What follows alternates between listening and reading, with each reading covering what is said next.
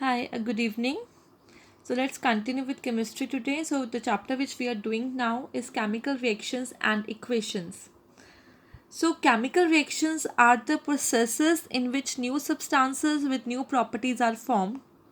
Chemical reaction involve chemical changes. During chemical reaction, a rearrangement of atoms take place between the reacting substance to form new substance having entirely different properties.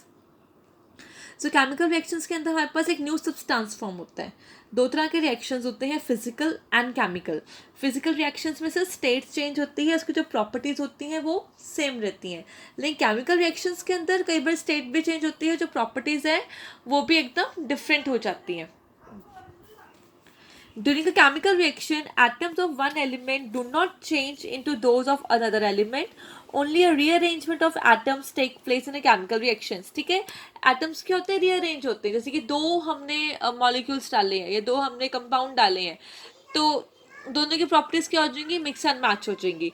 तो atom का sir rearrangement होगा. In a chemical reactions, the substances which take part in a chemical reaction are called reactant, and the new substance which produced as a result of chemical reaction is called product.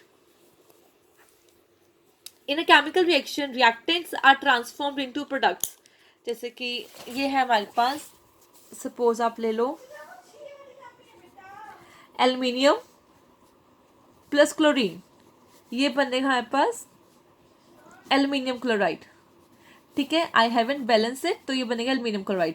तो इनको हम बोलेंगे reactant and this would be product. Now magnesium metal, magnesium is silver metal, white metal. Magnesium metal is available in a science laboratory in the form of a magnesium ribbon or a magnesium wire.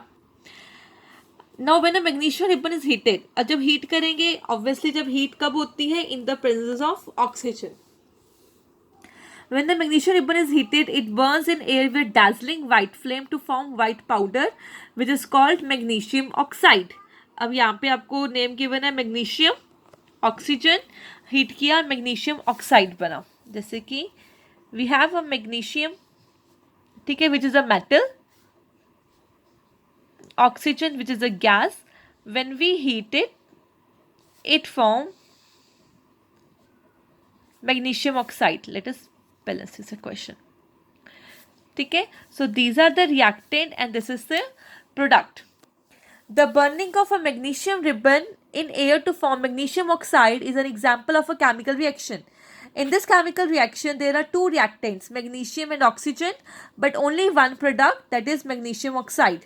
The properties of the product magnesium oxide are entirely different from those of the reactants magnesium and oxygen. अब magnesium एक ribbon था wire की form में और oxygen हमें air से मिली. जब हमने इसको मैग्नीशियम को हीट किया तब एक वाइट पाउडर बन गया. ठीक है, which is a product. So the magnesium ribbon which we usually has a coating, of magnesium oxide on its surface caused by the slow action of oxygen of air on it. Before burning in air, the magnesium ribbon is cleaned by rubbing with the sandpaper. अब sandpaper से क्यों रब करते हैं, ताकि जो magnesium के ऊपर एक जो कोटिंग आ जाती है ऑक्सीजन की, वो रिमूव हो जाए. जब वो रिमूव हो जाएगी तब वो पूरा एक मैग्नीशियम मेटल ही बन जाएगा. Another point to be noted is that the dazzling bright white light given out during the burning of magnesium ribbon is harmful to the eyes. So the magnesium ribbon should be burned by keeping it as far as possible from the eyes. अब यहाँ पे इसमें activity बता रखी है पूरी कि कैसे हमने मैग्नीशियम को बर्न करना है, और जो मैग्नीशियम को बर्न करते हैं तो मैग्नीशियम ऑक्साइड बन जाता है in the form of a white powder. It is not the chemical reactions can be carried out in a science laboratory. A large number of chemical reactions keep on occurring in a daily life. जैसे souring of milk, दूध खट्टा हो जाता है अगर हमने इसको गर्मी में बाहर रख दिया. Formation of curd from milk, cooking of food, digestion of food in a body, process of respiration, fermentation of grapes, rusting of iron, burning of fuels, burning of candle wax, ripening of fruits. So ये सारी की सारी क्या है, chemical changes हैं. In all these cases, the nature and identity of the initial substance changes because of the chemical reaction which can take place in it. So how can we come to know that a chemical reaction has taken place? अब characteristics होते हैं इसके, जिससे हमको पता चलता है, या तो गैस एवोल्यूट होती है, कई बार कलर भी चेंज हो जाता है, कई बार इसकी स्टेट भी चेंज होती है, कई बार टेम्परेचर भी चेंज होता है. Characteristics of chemical reactions. In a chemical reaction, the substances known as reactants are converted into a new substances called products. The conversion of reactants into product in a chemical reaction is often accompanied by some features which can be observed easily. So these are evolution of gas, formation of a precipitate, change in color, precipitate होता है insoluble substance, change in temperature and change in state. So let's study about evolution of gas. Some chemical reactions are characterized by the evolution of a gas. For example, when zinc granules react with sulfuric acid, the bubbles of hydrogen gas are produced. So the chemical reaction between the zinc and dilute sulfuric acid is characterized by the evolution of hydrogen gas. ये आपका इस तरीके से होगा.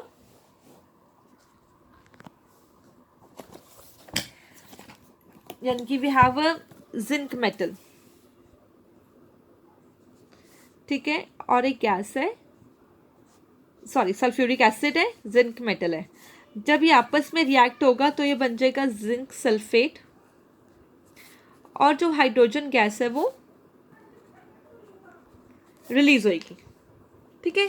सो from this we can study that कि gas कैसे evolute होती है.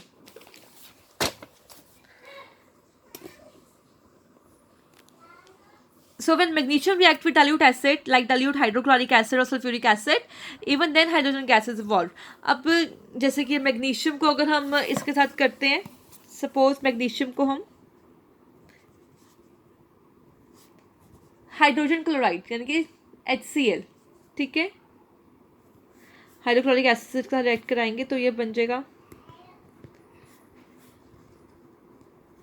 प्लस हाइड्रोजन गैस रिलीज होगी.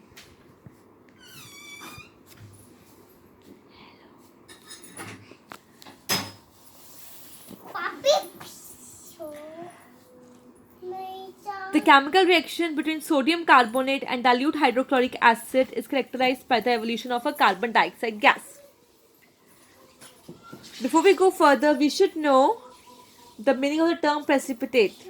A precipitate is a solid product which separates out from the solution during a chemical reaction. A precipitate can be formed by mixing aqueous solution of reactants when one of the product is insoluble in water. यानी कि ये कब बनता है precipitate? जब कोई भी reaction under को हो रहा होता है, तब उसमें से कोई भी सॉलिड प्रोडक्ट जो निकल के केमिकल रिएक्शन से बाहर आता है उसको बोलते हैं हम precipitate. So a precipitate can also be formed by passing a gas into aqueous solution of substance like passing CO2 into lime water. Some chemical reactions are characterized by the formation of precipitate. For example, when potassium iodide यानी कि Ki is added to solution of lead nitrate यानी कि PbNO3, then yellow precipitate of lead iodide is formed. Thus, the chemical reaction between potassium iodide and lead nitrate is characterized by the formation of a yellow precipitate of lead iodide. इसका आपका जो वो होगा chemical reaction होगा वो इस तरीके से होगा. हमारे पास था पोटेशियम आयोडाइड और lead nitrate.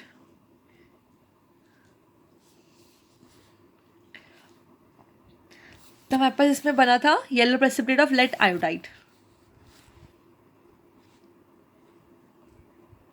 Lead iodide plus potassium nitrate. तो ये बनने का ये होएगा येलो कलर का precipitate. I will send you notes, ठीक है, उसके अंदर आपके पास ये सारे कलर्स कोडिंग गिवन होएगी, रिएक्शंस गिवन होंगे. डू लर्न दैट बिकॉज आपके 1 मार्क के क्वेश्चन में मोस्टली यही आते हैं. So, precipitation is the formation of an insoluble product. When colorless solution of lead nitrate and potassium iodide are mixed, then a yellow precipitate of lead iodide is formed.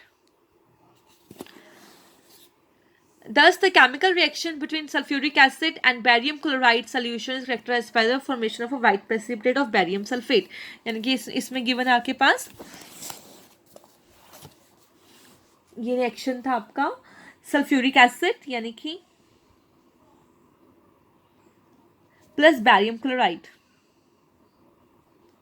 तब इसके अंदर हमारे पास बनेगा white precipitate बनेगा barium sulphate का, और acid बनेगा HCl। ठीक है, ये कौन सा प्रेसिपिटेट होएगा? Remember that precipitate is it is a insoluble product. ठीक है,